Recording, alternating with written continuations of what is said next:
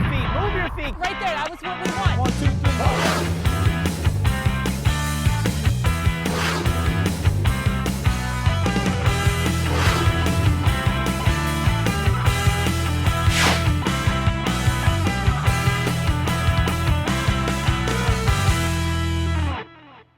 The fall and the preseason practices, we feel like the guys have done a good job working hard, working out, working on lacrosse skills, getting bigger, stronger, faster. The offseason went pretty well. We suffered some injuries in the fall, but we got a pretty deep team, so fighting through it. And we got a pretty positive outlook on the season. We worked out hard with Coach Rankin, do a lot of conditioning, stuff like that. The constant grind of lifting weights, doing conditioning, coming out here, getting extra shots or hitting the wall. Whatever you can do to get yourself better for the year. We had a unique program that we did the first weekend that we were together, where we had some former military guys come in and do like a weekend workout. It was called The Program. It was 2 guys came in and kind of kicked our butts for a weekend. The program was a great team building exercise. It was a weekend thing.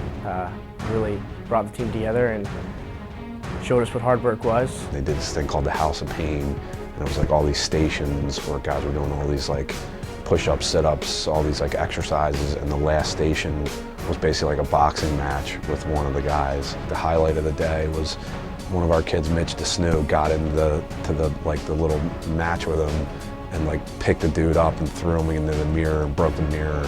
And the 2 guys were so excited. They were like, "Oh my gosh, this has never happened before. We got to take pictures." It was fun. You know, we all got yelled at. It was really an eye-opening experience, especially from the leadership standpoint on the team. Besides the physical nature of it, which I thought was good, you know, the team building and the leadership was really, really good. The face of our team is going to be very different. We had a lot of 4-year starters that graduated, especially on the defensive end.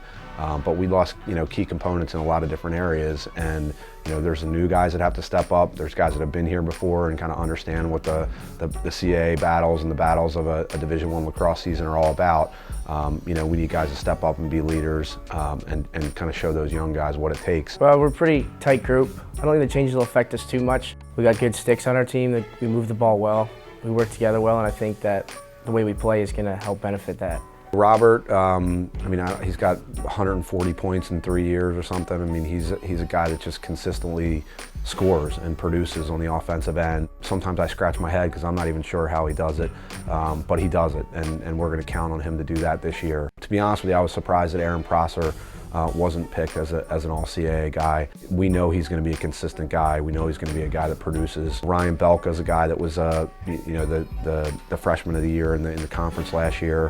Wherever we put him, we know he's going to be a guy that can handle the ball, that can get it to the right people, that can score big goals. The final guy down there that we're really counting on is Ben McIntosh. He had a very good year, a very good end of the year last year. He came on really strong. He's a guy that, you know, every year he's been here has gotten better. He's another Canadian guy that knows how to find the back of the net, and we're going to count on him to do that this year. One word to describe this team, I would say exuberant. Hardworking. We're going to have to outwork teams if we want to beat them, and we got that mindset this year. So hopefully we can put that all together and use that for our strength. We're young. We don't have a lot of game experience, but I think we bring an energy that can be overlooked by opponents. But I think it's just kind of not a reckless abandon, but just almost not scared to make mistakes out there, and I think that helps us a little bit. 1, 2, 3. Conference from top to bottom is pretty good. UMass is probably obviously the favorite. Teams like Delaware and Hofstra are probably the first 2 that come to mind for me. There's no easy games in our conference, and I think that's one of the things that makes the conference a great conference to be in. You know, people ask me all the time about who our biggest rivals are. It's like, well, you just go right down the list. Every conference game means a lot, and every win is huge. I really don't like many CAA teams, and whoever really lines up against us on Saturdays, I don't really like them either. So. This is a great place to be the head coach. It's a great place to play lacrosse. The environment here for our home games has been incredible. Having the crowd go wild, people packed into the grass, you really can't beat that. Fans are awesome.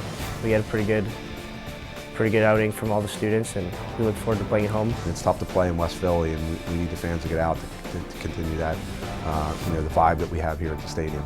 Our goal since I've been here is to be the CAA champs and to win that tournament. We haven't done it yet, but we feel like we're moving in the right direction.